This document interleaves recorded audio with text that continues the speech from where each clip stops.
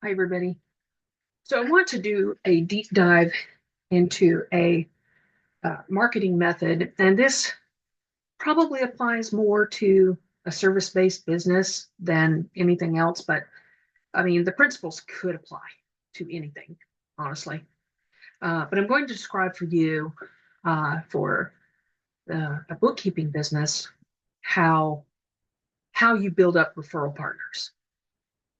Now, I've I've done this without spending money other than my time. And I have also done this through spending money. Okay. Because there are referral groups out there. And I have found great value in doing those. Uh, some referral groups have been good and some have not been good. I've wasted money on them sometimes. Um, but generally speaking, they can be very good. Okay. But here are the things that I have learned from them. Okay. That you can apply um, through just the people you know. All right. So the thing you have to think about in a service type of business is who are natural referral partners. That is, now this doesn't mean that you can't talk to anybody. You can talk to anyone. You never know where you may find a client, right? Um, in fact, if I've as I have sat at a restaurant chatting up a wait person, sometimes I have brought this up. Like, for instance, I was out recently just hanging out one Sunday afternoon, because a lot of times on a Sunday, I like driving around in the area that I live, looking for places that I've never seen before. Um, and like we ran across this winery one day, and they weren't really busy. And so we struck up a conversation with the person there. And I said, well, I own a bookkeeping business, and she's like, oh, really? And so it's kind of one of those things. She said, we have a bookkeeper, but we've thought about maybe changing. Now, nothing ever came of it, but the fact that I brought it up, I potentially could have gotten a client from that. You just never know, right? Um, so part of this is when you think of referral partners, like for me personally, with a bookkeeping business, natural referral partners are CPAs, enrolled agents, um, any other kind of tax professional that's out there. Financial planners can be good sources of referrals. That depends on who it is sometimes and kind of who they work with, right? So, like if you looked at LinkedIn and looked up financial planners, you could probably find a whole bunch of people, not only in your own network, but outside of your network. And you reach out to them and ask if you could have a conversation. Most people are going to respond with a yes, you know, easy cheesy, right? Um, and because I have an accounting background, a lot of the people that I know are accountants or CPAs or whatever, financial professionals. Okay. Another sort of natural referral partner could be former CFOs, and especially CFOs who've gone into business for themselves, working with clients, because a lot of times the clients they work with need bookkeepers. Okay. And a CFO doesn't really want to do that, often. In fact, a lot of CPAs don't want to do bookkeeping, even though they could, right? And from a small business standpoint, a bookkeeper is often a cheaper financial professional. Okay. Um, so, you have a place by offering bookkeeping services. Um, so you can hone in on these natural referral partners. So if you are a data analytics professional or a cybersecurity professional or whatever it might be, there could be some really natural referral partners, or you can talk to anyone in your network and just say, this is what I'm doing. This is how I can help people, you know. Um, and if people need help with this, give them my name, give them my contact info, give them this handout, right? Which I'll talk about that handout a little later. But Nonetheless, who are these natural referral partners? And even if you don't have those, just start talking to people. All right. So now, once you start talking to people, whether you've identified this natural group or you're just starting to talk to your network, okay? And even if you're introverted, don't worry about this part, okay? Because if you come to this, if you come at this conversation with, this is how I can help people, and it's just a one-on-one, you know, uh, oftentimes you're not talking to a multitude of people. You're not talking to 2,000 people or anything like that. Plus, I structure all these on Zoom. I just do them over this kind of medium, right? Although I have talked to some people in person, and every once in a while I talk to somebody over the phone. Okay. Um, but this is kind of what I do. I say, I just want to introduce you to the fact that I have uh, a business and that I am a bookkeeper, and I work with small to medium sized businesses. Now, um, that can be any number of people. It could be, businesses that have one person. It could be businesses that have a handful of people. It could even be a business that has hundreds of people in it. You know, like some of our larger clients can earn millions of dollars in a year. And they have a few hundred employees working for them, right? Um, so we can handle a lot of capacity here. Um, and really, it's not your job to kind of figure that out. It's just if you hear people talking about that they're frustrated with the financial side of their business, which is a common complaint, or you hear people saying, my bookkeeper has been MIA, which we see that happen sometimes with people.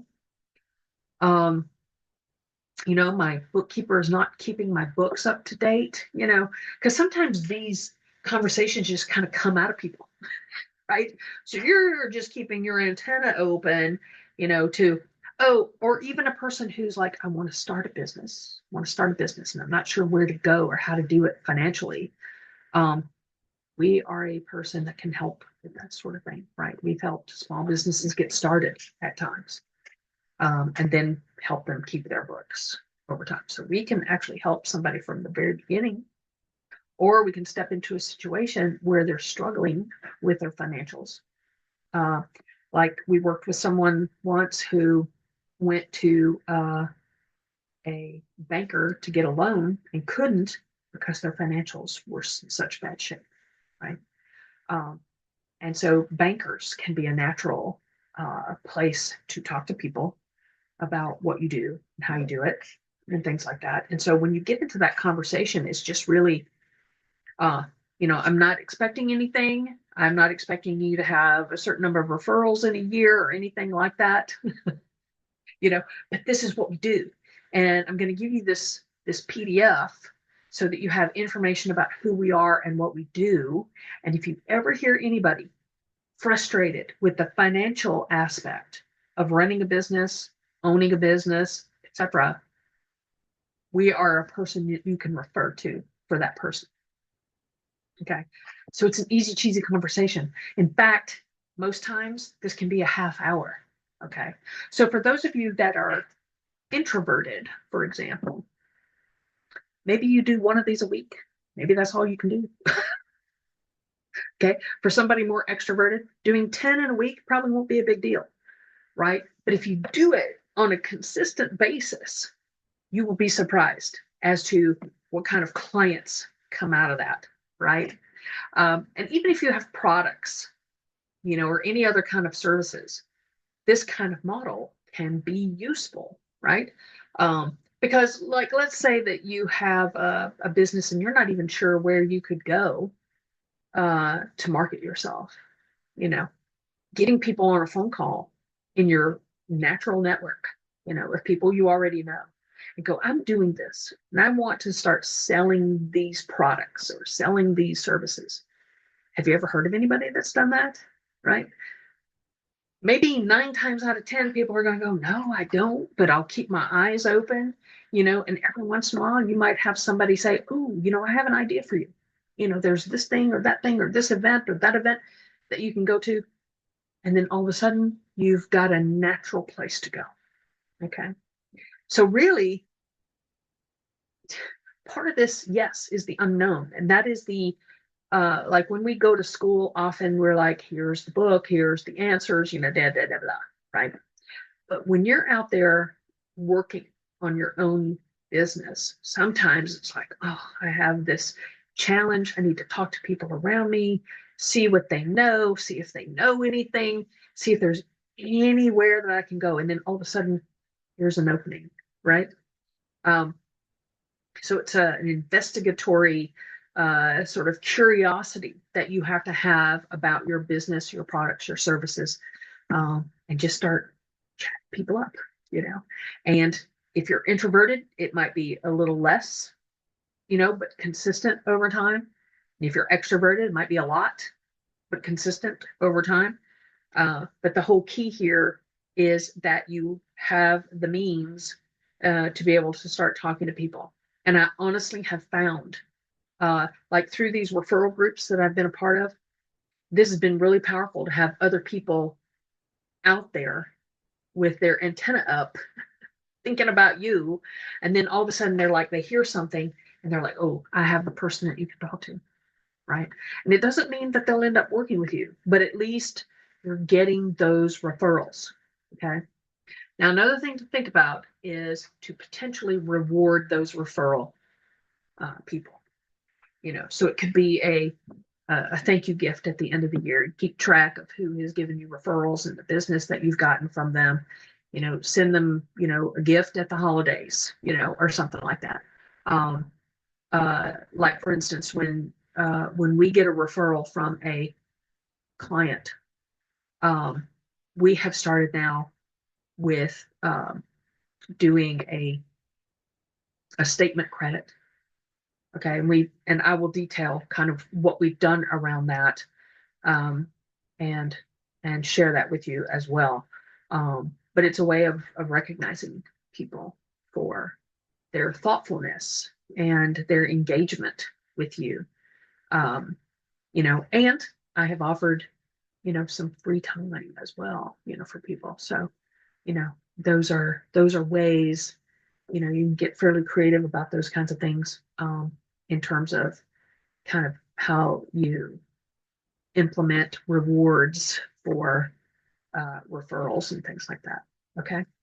All right. So, um, again, this is, you know, you want to get clear on your services, which we'll talk about in another video. We want to, you know, your products and services, what it is that you offer, and that you can talk to it. And if you truly believe that you have value in what you do, which I do, you know, I'm highly introverted, and I always thought I would never be able to talk about this with people. um, but I can, because I believe in what I do. I have proven over and over and over again I can be a valuable resource for a small business. Okay. So that's all that it takes, is really the belief in yourself and what you do. And there's a lot of services out there, um, and a lot of products that people can do that are so unique to you and everything. So I look forward to you working on this part. So make sure that as you're developing this, you update your template for your business plan.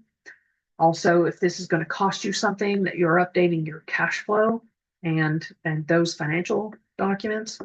Um, and other than that, it's just the nitty gritty of having these conversations with people and finding ways to get your products and your services out in front of people. Okay. All right. So thanks so much, and I'll see you soon.